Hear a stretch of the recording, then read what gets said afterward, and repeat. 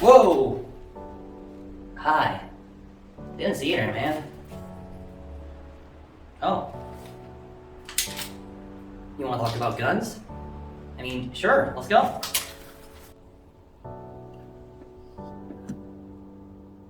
Come on, it's obvious. We're talking about guns today!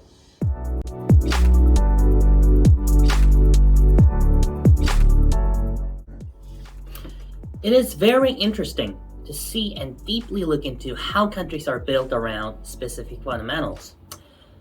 With my great interest in national security, the one that took my attention the most was that of the United States, the country with the biggest numbers in the firearm to citizen ratio.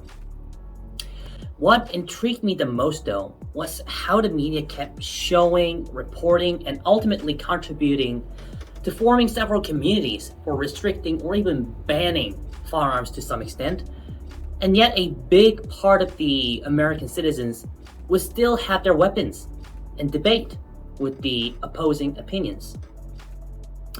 Some statistics show that 40,000 Americans die every year from guns.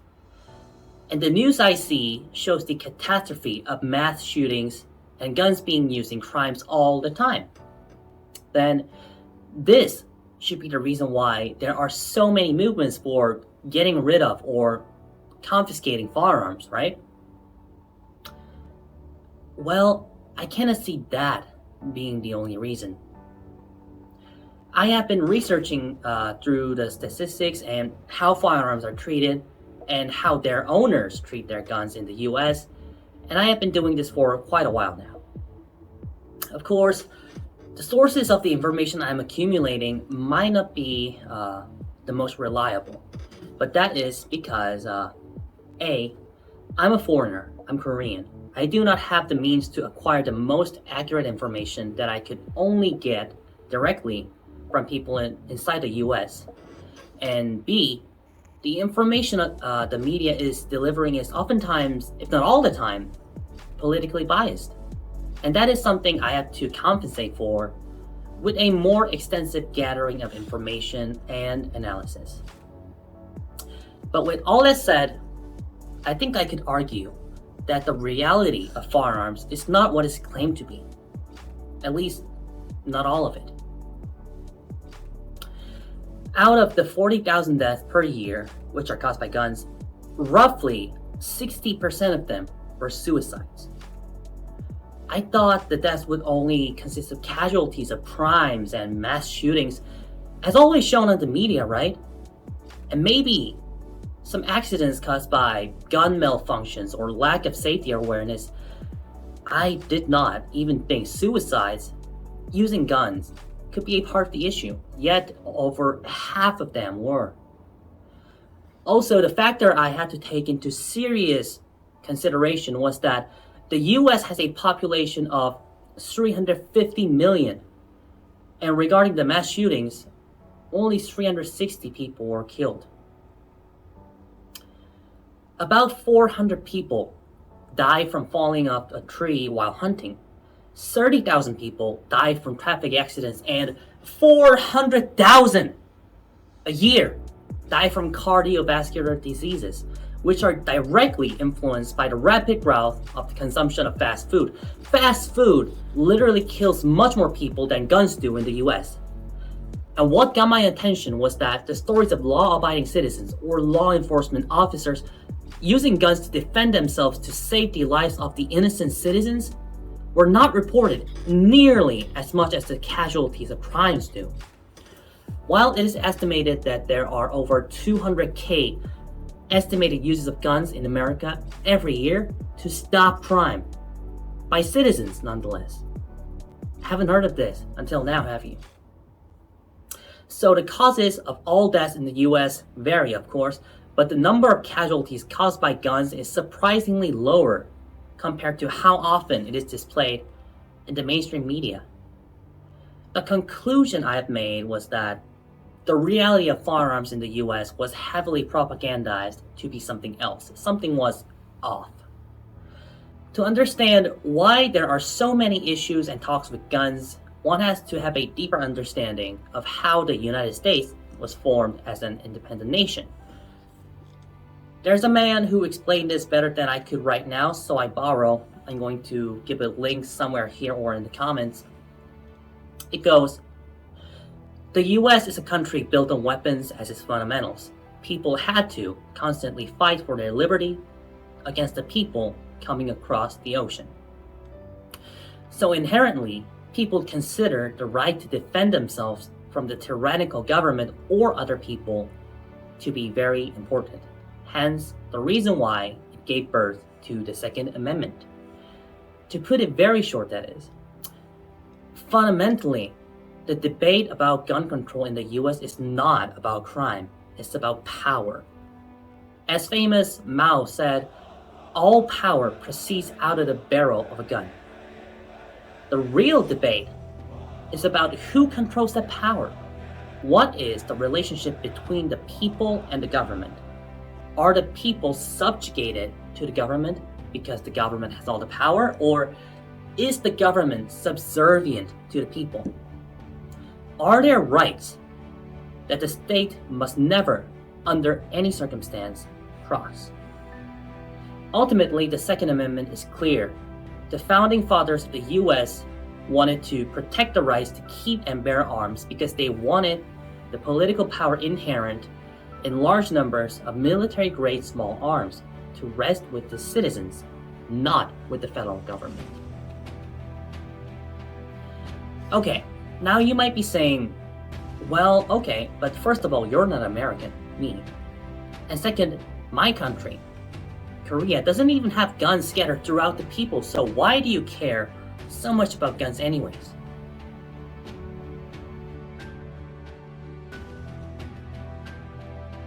When it comes to people's right of arming themselves, I put a very heavy emphasis on the fact that guns do not kill, people do. This is a fact that nullifies the majority of the gun regulation issues because A, to legally regulate weapons will make it impossible for the law-abiding citizens to legally obtain weapons. B, well-armed citizens who have been saving innocent lives with their weapons, they will no longer have access to their life-saving tools. C, criminals, on the other hand, by nature are lawbreakers. And D, criminals, murderers, and terrorists will always have their illegal ways to acquire weapons of war as tools of crime. Another point usually made by the anti-2A people is that guns make it easier for there to be lethal crimes. This, with the first point, is proven largely false due to the fact that people will actively search for ways to murder, no matter what. Just look at the UK, one of the finest European countries, which once had guns, but ever since they were confiscated and their possession regulated, knife crime rates skyrocketed and acid attacks happened as acts of terrorism.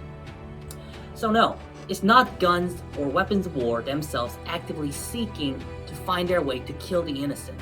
There has to be a human being that decides to murder. Now, who are these people? Of course, criminals and terrorists are one big part of it, no doubt.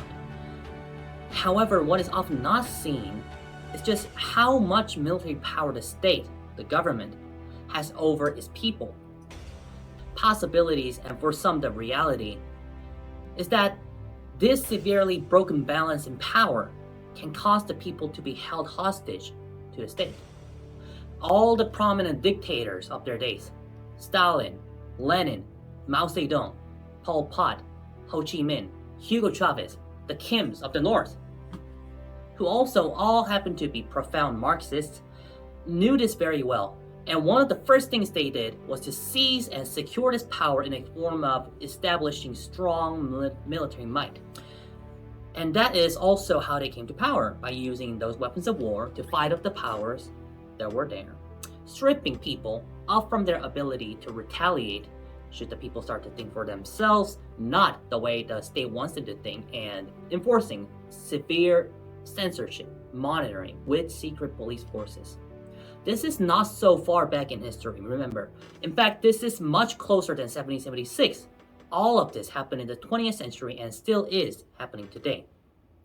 If the people of a certain nation have not been given their right to arm themselves at all, which directly connects to keeping themselves safe from threats on individual levels to tyranny on a scale of an organized government, those people's strengths will never be parallel to the government. So, for the government to give their people the right to be armed means that it acknowledges that they are not the source of their power, but the people are. That is why I genuinely consider that we, Koreans, should be given the right to be armed as well. Same for you too. However, from a realistic standpoint, Korea's current state will inevitably cause problems, big scales of problems. I do not deny that. The reason why is because the majority of the people do not understand why they should be given such tools to arm themselves. They will not be able to see the source of the right that is given to them. This is why educating the rights and teaching the means and the methods to protect them is so important. To have your right is one thing, but to train yourself and live according to them is something else. So the best case scenario would be us being well educated and having the capacity and the capability to properly ready ourselves to possess what is rightfully ours and maintain them well. But of course, this will not happen in a day, a month, a year, or probably multiple years to come. Then what can we do when we cannot bear arms as of right now? The essence of the right to bear arms is to have the capability to protect people from harm, from tyranny. But if your country simply is not ready for citizen armament, we should keep educating the people and remind them that they have the right and the responsibility to be active, freedom-loving members of society. However, these means and methods of arms should not rely solely on the government. To have full, respective freedom and liberty is to have power that is parallel to whoever might take it from you. The government should acknowledge their power comes from the people. They have to govern the citizens out of respect, not dictate them. So, to answer my second question, the reason why I care so much about guns is that it is the strongest way and the most certain way to prove and protect our freedom. But if we simply cannot have guns, the weapons of war, as our means of defending liberty, we should actively find and implement other ways to do so, for now. It will involve education and the establishment of communities that can actively and vigilantly claim our rights, and ultimately, in a way, seizing the method that will keep those rights secure, in this case, again, weapons of war. We, humans, will not be perfect on our own, and never will be. But what we can do is to remember and remind ourselves that our imperfect human nature is not something that we should get rid of or ignore completely in pursuit of unicorns. Rather, let us carefully inspect and diagnose how our human nature led us to who we are and where we are now. At first, you will be surprised by how many great minds there were. Second, you will realize how those people in their generations fought to secure the heritage of freedom and liberty. At last, you'll find people like them who are around you, waiting for you to join. I'm Max, just your regular college student, and I am waiting for you to take on this journey with me.